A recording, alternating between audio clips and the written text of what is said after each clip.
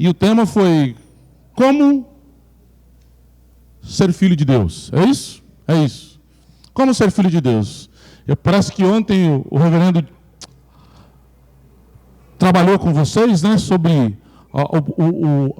a questão substitutiva de Jesus na cruz, que éramos nós para estarmos pendurados lá. Lembrando, queridos, que toda a nossa ação, toda a nossa vida é por causa da graça imerecedora de Jesus. Sem ela, nós não estaríamos aqui. Sem ela, nós não poderíamos cantar o que nós estamos cantando. Sem ela, nós não poderíamos pronunciar o nome de Jesus.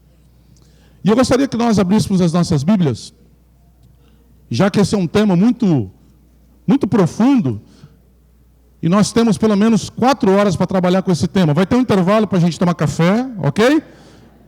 10h30 a gente para, a gente toma um café rapidinho, 00:15 a gente termina. Tá bom?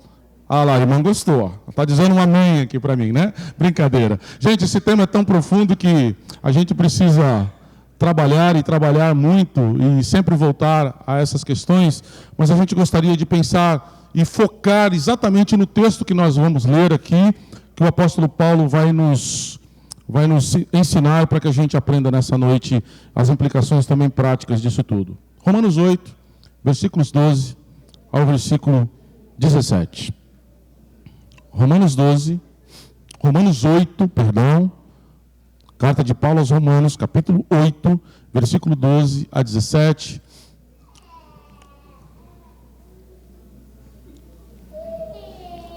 Abra seu smartphone, né? Agora está chique, né? Todo mundo com smartphone. O que importa é a escritura, né? Onde ela está, né? Assim, pois, irmãos, somos devedores, não à carne, como se constrangidos a viver segundo a carne.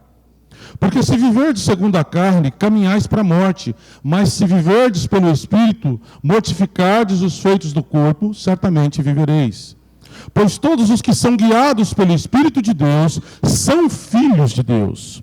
Porque não recebeste o espírito de escravidão para viverdes outra vez atemorizados, mas recebestes o espírito de adoção, baseado no qual clamamos, Abba, Pai.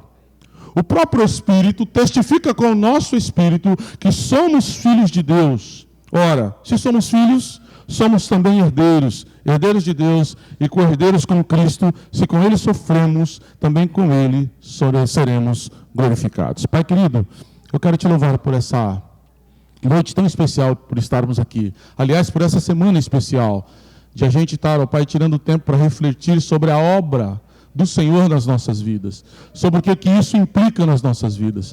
Te agradecemos, ó Pai, por sermos teus filhos, filhos amados do Senhor, e que nós, ó Pai, como filhos do Senhor, possamos sempre ter o desejo da tua presença, da tua intimidade, do teu querer, da tua vontade em nossas vidas. Te agradecemos e pedimos ao Senhor que fale conosco, no nome de Jesus. Amém.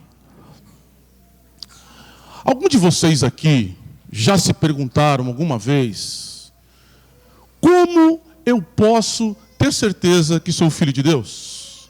Vocês já passaram por uma crise, pensando assim, será realmente que eu posso ter certeza de que eu sou filho de Deus? Ou alguma pergunta dizendo, será que eu posso ter certeza de que eu não vou perder a minha salvação e nem o privilégio de ter Deus como meu Pai? Vocês já se perguntaram alguma vez a respeito disso?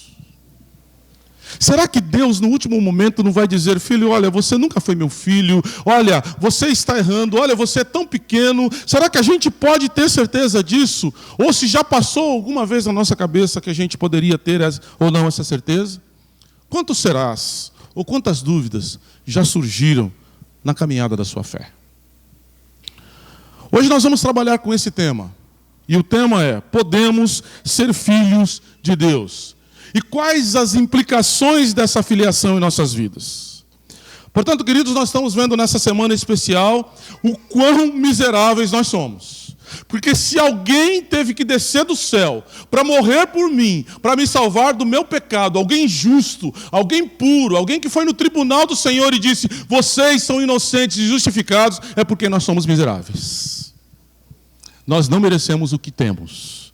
Nós não merecemos salvação. Nós não merecemos a presença do Senhor. Nós não merecemos a mão do Senhor. Nós não merecemos a graça. Nós não merecemos a cura do Senhor. E Ele disse: eu desejo salvar vocês. Então essa semana nós estamos refletindo sobre isso, sobre a nossa miséria e sobre tudo o que Jesus fez para nos livrar dessa miséria. Hoje nós somos miseráveis, salvos pela graça do Senhor. Hoje nós recebemos essa autoridade de podermos dizer que em Cristo Jesus e pelo sangue dele nós somos filhos de Deus. E é interessante, queridos, que Paulo, lá na segunda carta de Paulo aos Coríntios, capítulo 5, versículo 18, diz que tudo provém de Deus, que em Cristo Jesus nos reconciliou consigo mesmo.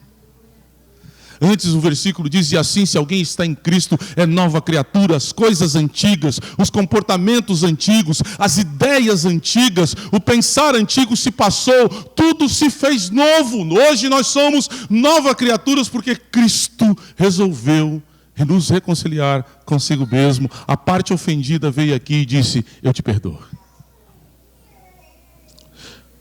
Mas nós vamos transformar um pouco essa afirmação do tema de dizendo podemos ser filho de Deus, e nós vamos transformar isso numa pergunta: como podemos saber que somos filhos de Deus? Como nós podemos ter a garantia e a certeza de que nós somos filhos de Deus? E a primeira coisa que o texto vai nos mostrar no versículo 12 e 13 é: como nós podemos saber que somos filhos de Deus? Quando pelo Espírito mortificarmos o feito do nosso corpo. Versículo 12 e 13 diz assim: pois, irmãos, somos devedores não à carne, como se constrangidos segundo a carne. Porque se viverdes segundo a carne, caminhais para a morte, mas se pelo Espírito mortificardes os feitos do corpo, certamente vivereis. E é interessante que, se a gente vai falar feitos do corpo, feitos da carne, parece que vai ficar uma coisa muito abstrata. Vai ficar no campo das ideias. E eu gostaria de ir lá em Gálatas capítulo 5, nos versículos que dizem assim: ora, as obras da carne, as obras do corpo são conhecidas e são prostituição, impureza, lascívia, idolatria, feitiçarias, inimizades, porfias, ciúmes, iras, discórdias, dissensões, facções, invejas, bebedices, glutonarias e coisas semelhantes a essa, dos quais vos preveni, que não herdarão o reino dos céus, ou não são filhos de Deus aqueles que praticam essas coisas. Paulo vai dizer em outro texto, que se eu não me engano em Efésios, que tais fomos assim. Portanto, você e eu sabemos o que são obras da carne. E quantos, queridos, nós ainda estamos lutando contra algumas coisas que estão no nosso coração? Muitos daqui podem estar lutando contra a prostituição? Muitos daqui podem estar lutando contra a pornografia, contra iras, causando confusões no meio da igreja, tendo inveja, tendo opiniões acaloradas onde não conseguem ouvir as pessoas? Isso é obra da carne, nós nascemos assim. Uma vez eu falei na igreja, minha irmã me criticou, dizendo que nós nascemos com defeito de fábrica. Deus não criou o homem para ser assim, mas o pecado manchou o homem. Manchou todo o homem e o homem todo. Numa depravação total, mexendo com toda a nossa mente e coração, mexendo com toda a prática da nossa vida.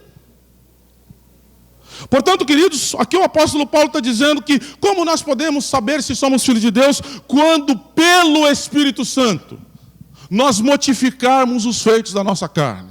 Nós dizemos para os nossos desejos que temos: não, o Espírito Santo domina isso aqui na minha vida. Isso não pertence ao caráter de um filho de Deus. Porque por esforço ninguém consegue, meu irmão. Não adianta você pensar: a partir de hoje, eu vou me esforçar a ser um pai melhor, a ser um marido melhor, porque o pastor pregou na igreja. Queridos, você tem que orar pelo Espírito Santo, dizendo: seu Espírito Santo de Deus, me dê poder para vencer esse pecado, me dê poder para aquilo que ainda está dominando a minha mente, me dê poder para não deitar com a minha namorada fora do tempo. Espírito Santo de Deus. E quando eu mortificar os feitos da minha carne, e morte dói. Jesus está dizendo, queridos, que a gente precisa crucificar a nossa carne. E quando você crucifica alguém, a morte é lenta. Você sabe que matar pecado é algo lento. É um sacrifício enorme. Porque o nosso desejo natural é ir correndo para pecar. Como nós sabemos, é quando a gente deixa o Espírito Santo ser o diretor da nossa vida. Estamos sob nova direção. É quando aquilo que nós fazíamos naturalmente agora dá asco, dá nojo. Como é que eu fiz isso novamente? Como é que eu falei do meu irmão? Como é que eu falei do meu pastor? Como é que eu falei do meu presbítero para o outro? Não. A palavra diz que aqueles que têm o Espírito Santo resfreiam a sua língua, refreiam os seus olhos, têm todo o seu corpo dominado pelo Espírito Santo de Deus. É quando, queridos, nós desejamos agradar mais a Deus do que a nós mesmos. É quando a gente deseja ter uma vida de pureza, de santidade, onde tudo que a gente faz é um gesto de gratidão àquele que fez uma obra que nós não poderíamos fazer. Ninguém está aqui, ninguém louva, ninguém canta, ninguém prega, ninguém tem ministério por obrigação, meus queridos irmãos, ninguém dizima por obrigação. Nós fazemos o que fazemos como prova da graça de Deus, como amor a esse Deus. Portanto, queridos, o Paulo está dizendo, como é que eu sei? Que sinal, o primeiro sinal que eu sei de que realmente eu sou um filho de Deus é quando eu deixo o Espírito Santo moldar o meu caráter. É quando eu me permito morrer. Paulo aos Colossenses diz assim: fazei, pois, morrer a vossa natureza humana.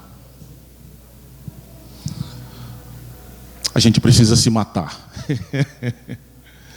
espiritualmente, deixando o Espírito Santo moldar o nosso caráter ao caráter de Jesus Cristo. A minha pergunta é assim que somos agora? É dessa forma que estamos vivendo hoje, permitindo que o Espírito Santo nos molde, permitindo que o Espírito Santo toque naquelas coisas mais gostosas, saborosas que a velha vida nos dava? É assim que nós encaramos a nossa filiação com Deus hoje? E quando nós pecamos, você considera que o pecado é um acidente de percurso e não apenas algo que você faz confiando de que, a graça resolve tudo. Nós estamos falando de justiça e graça. Aqueles que pensam que pode pecar porque a graça resolve tudo, cuidado com esse cinismo. Deus é justo na sua graça. Como nós sabemos que somos filhos de Deus? Em primeiro lugar, quando pelo Espírito, não pelo teu esforço, não pelo teu conhecimento acadêmico das grandes doutrinas da graça reformada, mas quando pelo Espírito Santo, você e eu mortificarmos os feitos do nosso corpo, da nossa carne, da nossa natureza humana. Em segundo lugar, o apóstolo Paulo diz que no versículo 14, e ele vai responder: como podemos saber se somos filhos de Deus? Quando somos guiados pelo Espírito. Olha só, ele continua a ideia. Pois todos os que são guiados pelo Espírito de Deus são o quê? Filhos de Deus. Pergunto, todos são filhos de Deus? Não. Só aqueles que são guiados pelo Espírito de Deus. Meus amados, há uma grande confusão a respeito do Espírito Santo. Alguns pensam que o Espírito Santo é um fluido, um vento. O Espírito Santo é a pessoa da Trindade que testifica de Jesus em nossas vidas. É aquele que testemunha Jesus nas nossas vidas, a fim de que sejamos tal como foi Jesus, como Jesus pensou, como Jesus amou. Portanto, o Espírito Santo de Deus, ele é usado na palavra de Deus para nos conduzir a toda a vontade do Senhor. O Espírito Santo não foi nos dado para pular, para dançar. A gente pode até pular pelo Espírito, dançar no Espírito, babar no Espírito, mas nós precisamos estar cheios do Espírito, porque quando estivermos cheios do Espírito do Senhor, é porque estamos cheios de Jesus. E as pessoas olharão em nós e verão em nós filhos de Deus. É interessante essa questão da filiação, porque Quando nós andamos, muitas vezes, olha, aquele ali é filho de fulano, aquele é filho de cicrano. É tão gostoso, queridos, quando alguém olha para nós, quando você vai ao mercado, quando você vai à padaria, quando você está na sua faculdade, quando você está no colégio, você é diferente, você é um filho de Deus. As suas ações estão mostrando que você é diferente. E lembram de Pedro, quando Pedro estava lá, escondendo lá, negando Jesus, alguém chega perto de Jesus, não, você fala como ele. Não dá para se esconder, rapaz. Você não tem como se esconder. E a palavra diz aqui, Paulo está dizendo que quando nós somos guiados pelo Espírito do Senhor, é que o nosso desejo, as coisas que nós desejamos são as coisas do alto. São as coisas de Deus. Nós vivemos, queridos, tempo onde nós queremos fazer, onde nós vemos muitos crentes desejando tudo, menos a presença do Senhor. E o Espírito do Senhor, Ele molda os nossos desejos para que a gente seja guiado pela palavra de Deus, tenha uma vida de oração, uma vida de testemunho, uma vida de busca, de santificação, uma vida de comunhão com a igreja, uma vida de obediência, para que a presença de Deus seja a busca prioritária das nossas vidas. Eu gosto muito de quando Lucas trabalha com aquele texto, pedi e dar-se-vos-á, buscai e achareis, abri, batei e abri-se-vos-á. E ele vai dizer que a gente precisa insistir, bater, porque Deus não negará o Espírito Santo àqueles que lhe pedirem.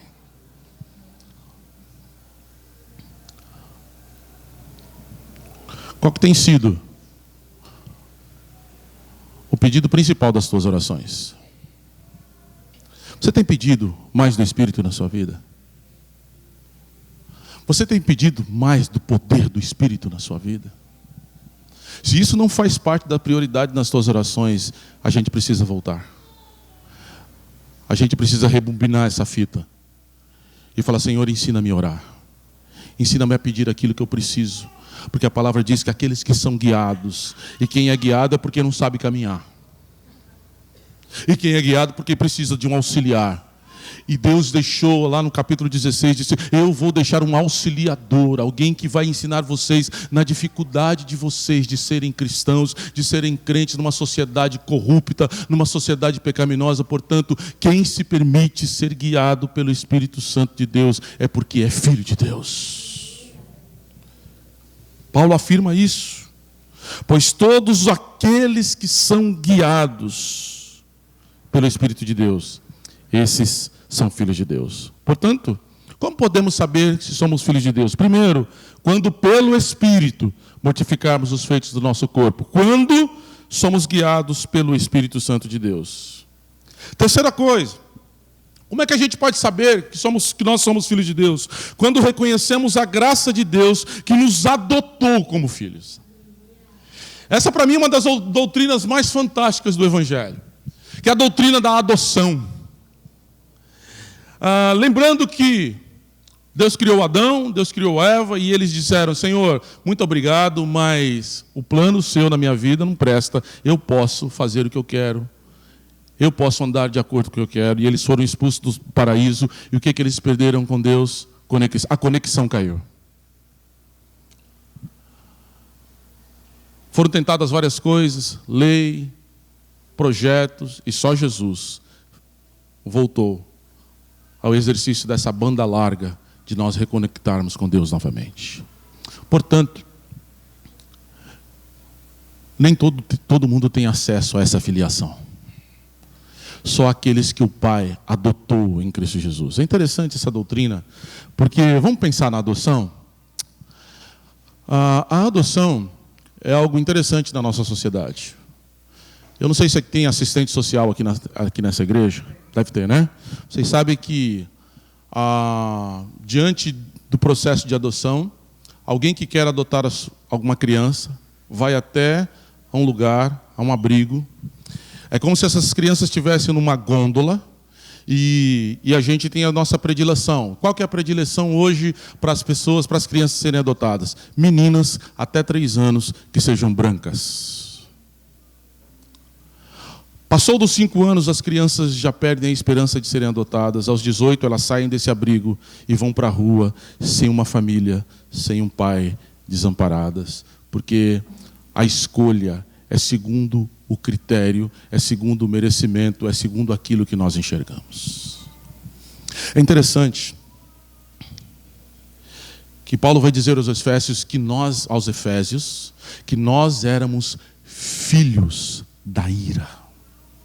Nós éramos filhos da ira, nós estávamos condenados ao inferno, nós estávamos condenados a viver uma eternidade sem pai, desprotegidos.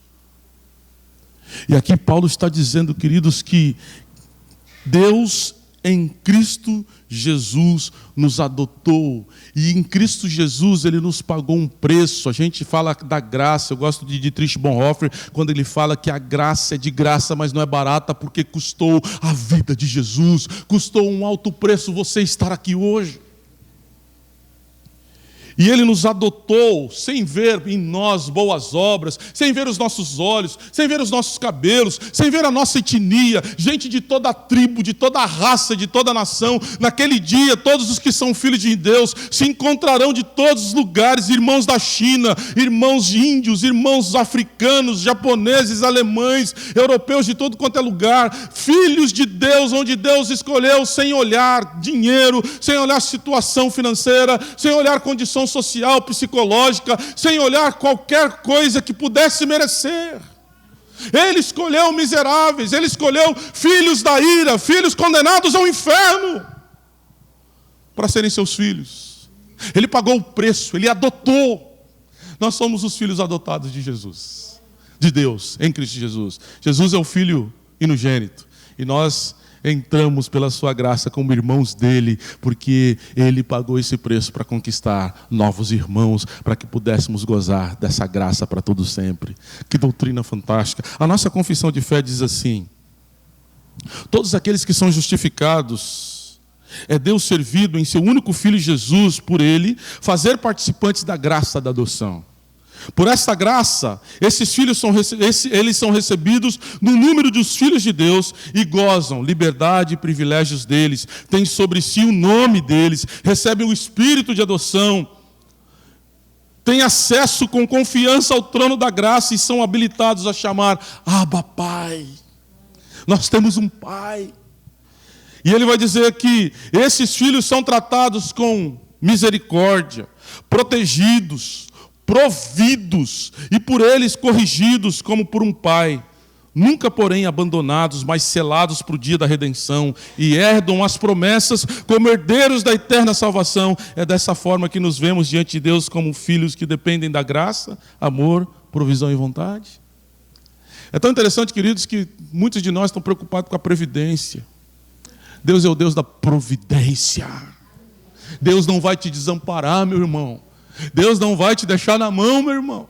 Para de ficar com medo do que o governo está fazendo. Nós temos um Pai que nos conhece, um Pai que sabe da nossa necessidade. Antes que lhe pedimos, nós somos filhos adotivos de Deus. Ele resolveu nos amar. Ele resolveu derramar a sua graça sobre nós. Ele resolveu mandar o seu Filho Jesus. Ele resolveu dizer: eu te amo, eu cuido de você. Confie na minha graça. Às vezes o problema da gente compreender Deus como Pai é a nossa relação, talvez, não muito boa com o Pai terreno. E nós pensamos que Deus é esse Deus cheio de falhas, cheio de pecado. Tem gente que tem uma dificuldade de chamar Deus de Pai. Ele é nosso Pai, um Pai cuidadoso, um Pai amoroso. Alguns dizem que Deus tem um amor de mãe. Mas Deus tem um amor de Pai, que ama, que cuida, que provê, que entende você, que sabe quem você é e que nos deu todas as garantias da graça para nos assistir como filhos amados do Senhor. Ele nos adotou. É assim que você se vê, cuidado por esse Deus, sabendo que você tem um Pai, que você pode recorrer não só na hora que você está com problema, não só na hora que você está em perigo, mas todos os dias você fala: Pai, eu quero estar na tua presença. Pai, mais do que o Senhor faz, o que eu mais preciso é do Senhor. O que eu mais preciso é dessa conexão com o Senhor. Eu gosto muito, queridos, de olhar Jesus. Lucas vai trabalhar muito assim, na figura de Jesus. Jesus o tempo todo, no momento das pessoas apertavam Jesus, querendo mais cura, Jesus saía escondidinho e ia ter comunhão com o Pai. Sabe quando Jesus mais se desespera na cruz? Não é por causa da morte dele, não. Jesus mais se desespera porque ele sabia que o Pai ia virar as costas para ele, e ele fala: Deus meu, Pai, porque nesse momento o Senhor me desamparou. Jesus ficou sozinho. É do Pai que a gente precisa. É da presença dele que nós necessitamos. E assim que nos vemos como filhos, aquele filho que se deleita só pela presença do Pai, não por aquilo que o Pai pode dar, a faculdade que pode pagar, os R$50 para ir no cinema no final de semana, mas eu quero meu Pai. Eu quero a presença desse Pai. Porque Ele basta. Ele me completa. Ele é tudo para mim. Portanto, queridos, quando é que nós sabemos que somos filhos de Deus? Quando reconhecemos a graça de Deus nos adotando como filhos. E como filhos amados, nós o chamamos de Pai. Pai. O nosso Pai. Quarta coisa. Como é que podemos saber que somos filhos de Deus? Quando temos o testemunho do Espírito em nosso interior. O texto diz que o próprio Espírito testifica com o nosso espírito que nós somos filhos de Deus. Pode surgir a dúvida, mas a vida de filho é uma vida de segurança. A vida de quem recebeu essa salvação não é uma vida de que, hoje eu estou no céu, mas hoje eu estou no inferno. Não, será que se eu fizer isso eu estou no céu, mas se eu fizer aquilo eu estou no inferno? Queridos, a nossa vida é uma vida de segurança, porque o Espírito Santo de Deus certifica no seu coração, no nosso coração, que nós somos filhos de Deus. É óbvio, se nós formos confiar na nossa vida, nós vamos ficar em dúvidas e nós vamos nos lançar no inferno todo dia. Mas essa graça que nos assiste, é essa graça em que o Espírito Santo de Deus não nos deixa confusos. Apesar de a nossa humanidade ser insegura. Estamos certos, queridos, que pelo auxílio do Espírito Santo na palavra de Deus, nossa mente vai sendo transformada dia a dia. A nossa mente vai sendo transformada dia a dia para que o velho vá assumindo e o novo homem vai aparecendo. E isso é um progresso, isso é uma progressão, isso é a vida de santificação, onde nós, dia a dia, vamos nos permitindo ser transformados por esse Espírito Santo de Deus. Jesus declarava as suas necessidades e ele dizia que a necessidade dele era fazer a vontade de Deus, era fazer a vontade do Senhor. E como o Espírito Santo vai trabalhando no nosso coração, Ele vai dirigindo, Ele vai direcionando, Ele vai dimensionando as nossas vidas e vai nos dando garantia e segurança de que somos filhos de Deus, porque Ele testifica no nosso interior. Ele testifica dentro da gente.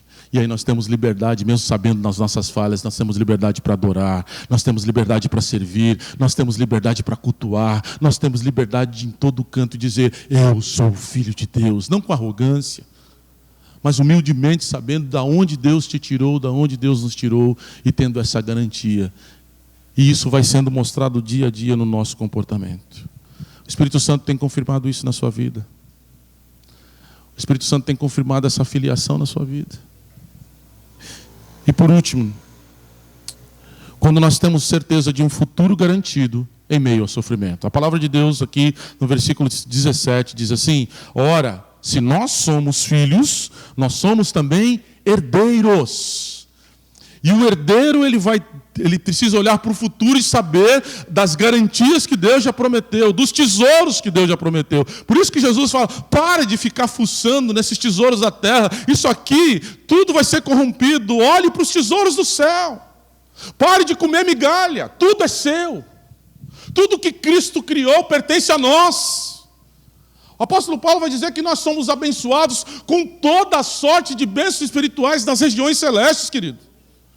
Se o teu plano de vida é ganhar o primeiro milhão, comprar um apartamento no melhor lugar, porque isso vai te satisfazer a tua vida, isso tudo vai corroer.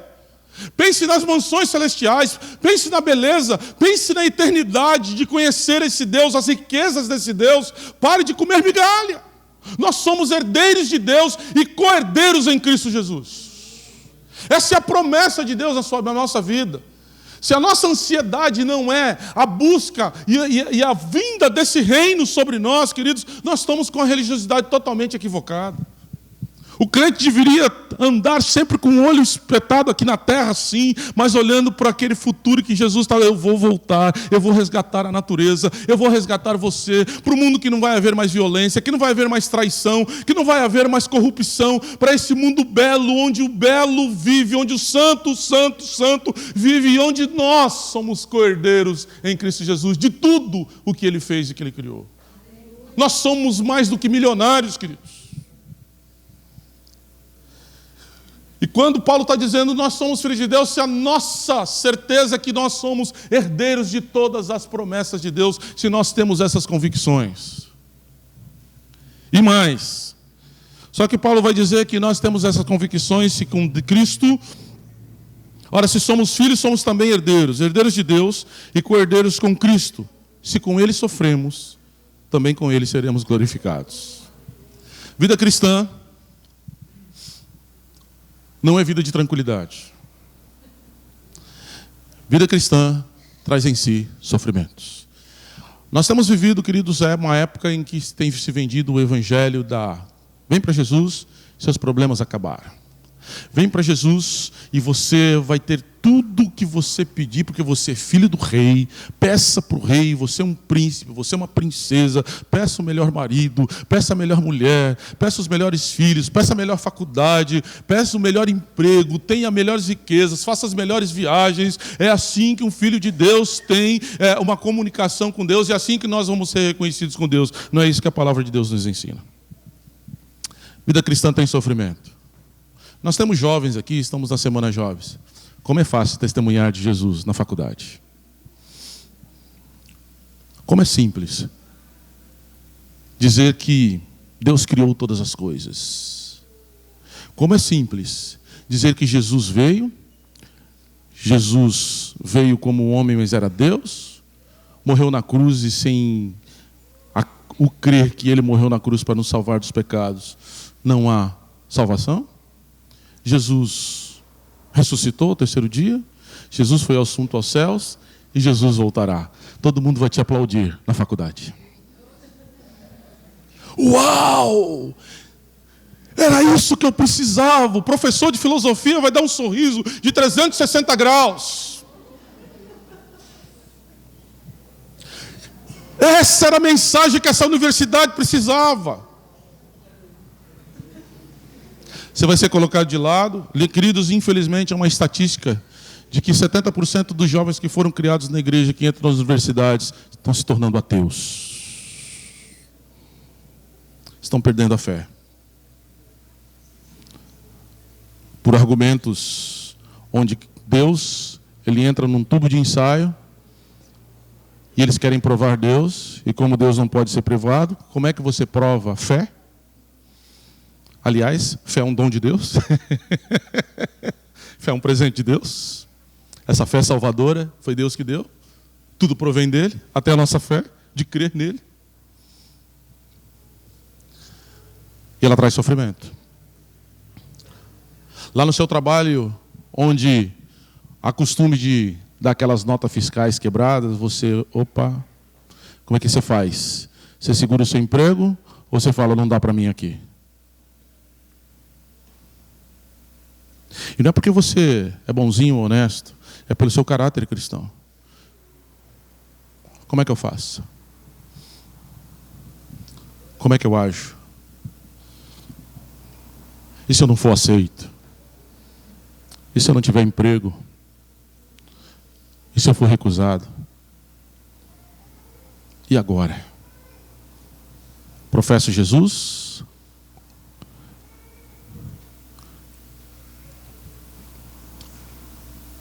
Ou ando segundo o curso deste mundo? Vida de cristão verdadeiro traz implicações sérias a respeito de sofrimento. Não é que você vai ser partido no meio. Pode ser que aconteça isso. Alguns irmãos nossos têm sofrido em alguns países. Mas não pense que aqui nós não estamos sofrendo, porque uma das coisas que mais nós estamos sofrendo é com o relativismo, Ah, a verdade é sua, a minha verdade é essa, a sua verdade é essa, a tua verdade é aquela, todo mundo, vamos colocar, todos os caminhos levam até Deus, está tudo certo, o importante é ter religião, o importante é fazer bem a alguém, o importante é ter Jesus como o nosso Senhor. E Jesus disse que a nossa vida, se Ele como mestre sofreu, seus discípulos sofreriam muito mais. Lá em Mateus, Jesus está dizendo isso. Mateus capítulo 10. Se com Ele sofrermos, com Ele também seremos glorificados. Paulo vai dizer aqui na sequência que eu tenho por certo, no versículo 18 do capítulo 8, eu tenho por certo que os sofrimentos do tempo presente não podem ser comparados com a glória a ser revelada em nós. Paulo vai dizer em Coríntios que essa tribulação, esse sofrimento que nós passamos por causa do Evangelho, são tribulações leves e momentâneas, diante da eternidade que temos à frente. Uma banda de hard rock aqui de Santos, agora até esqueci o nome deles, era do Chorão, como é que era o nome da banda mesmo? Charlie Brown Jr., no título de uma música muito interessante, eles diziam: dias de lutas, dias de glória. Transportando isso para nós, vivemos dias de lutas, mas teremos uma eternidade de glória. Sendo filhos de Deus,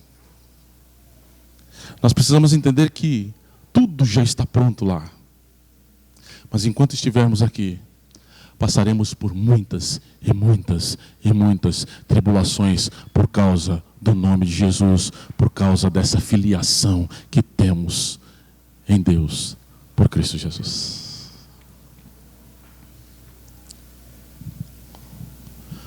Meus amados, nós podemos ser filhos de Deus. Aliás, não porque nós queremos ser filhos de Deus. Ninguém nasce porque quer um pai. Ninguém que está ali na linha da adoção diz: eu quero você como meu pai. É o pai que escolhe. Podemos ser filhos de Deus não porque queremos, mas porque o nosso pai desejou assim. Portanto, para a gente relembrar, 5 coisas que nós vimos hoje. Filhos mortificam pelo Espírito os feitos do corpo. Filhos prestam atenção do jeito que vivem, do jeito que pensam, aonde andam, o que veem, o que falam. Filhos são guiados pelo Espírito, não pelas suas ideias, não pelo jeito que se quer viver, mas onde humildemente se permite ser guiado pelo Espírito Santo de Deus. Terceiro, filhos reconhecem a graça de serem adotados por Deus incondicionalmente. Quarto, filhos obtêm o testemunho interno do Espírito Santo. O Espírito Santo testifica conosco que nós somos filhos de Deus. E quinto, filhos têm privilégios da herança da graça, mas a responsabilidade de sofrer pelo nome de Jesus. Somos filhos de Deus? Esquece a membresia da igreja. Esquece o tempo que você está na igreja. Esquece o cargo que você tem na igreja. E a partir desse texto, e a partir das implicações desse texto, faça um checklist da sua vida, de como você tem vivido até agora. Deus é o nosso Deus, nosso grande e poderoso Deus, que nos salvou em Cristo Jesus, nos tornou filhos. E nós agora somos filhos por causa do unigênito do Pai, por causa de Jesus. É nele, por causa dele que são todas as coisas. E é por ele que nós vamos viver. É por causa dele que nós vamos investir na nossa espiritualidade. É por causa dele que nós vamos dizer: Senhor, olha aqui, olha, eu estou pronto para a missão que o Senhor tem para obedecer ao Senhor por tudo aquilo que o Senhor quer fazer na minha vida e a partir da minha vida. É por Ele que eu vou fazer uma faculdade, mas dizer: Senhor, essa é a missão que eu tenho aqui nessa faculdade, essa é a missão que eu tenho no meu trabalho, usa-me, Senhor, aonde o Senhor quiser. Nós não somos crentes que nascemos, morremos para aposentar e para ter uma vida boa. Nós estamos aqui com uma missão de apresentar esse filho àqueles desfiliados que estão perdidos, mas que, pela graça de Deus, muitos são escolhidos para estarem aqui, e Deus quer usar filhos para apresentar esse amor do Pai em Cristo Jesus. Essa é a implicação que isso tem. Saber disso tudo é um privilégio. Saber disso tudo, nós vamos sair daqui, uau! Mas Deus nos colocou aqui com um propósito de apresentarmos o Pai, de apresentarmos o amor do Pai em Cristo Jesus. Que Ele nos use como filhos e que a gente não tenha medo, porque Ele já tirou todo o medo de nós. No texto ele vai dizer exatamente isso. Nós não somos mais dominados e atemorizados pelo medo, porque nós temos um Pai, e um Pai que nos dá poder para pregarmos esse Evangelho. Paulo vai dizer isso no começo de Romanos: porque eu não me envergonho do Evangelho, porque ele é poder de Deus. Amada igreja, amados irmãos, nós somos tão pequenos, mas nós temos um poder nas mãos que, se nós entendêssemos isso, nós transformaríamos Vicente de Carvalho para o Senhor. Nós transformaríamos Cubatão para o Senhor. Nós transformaríamos a nossa faculdade para o Senhor. Porque somos filhos.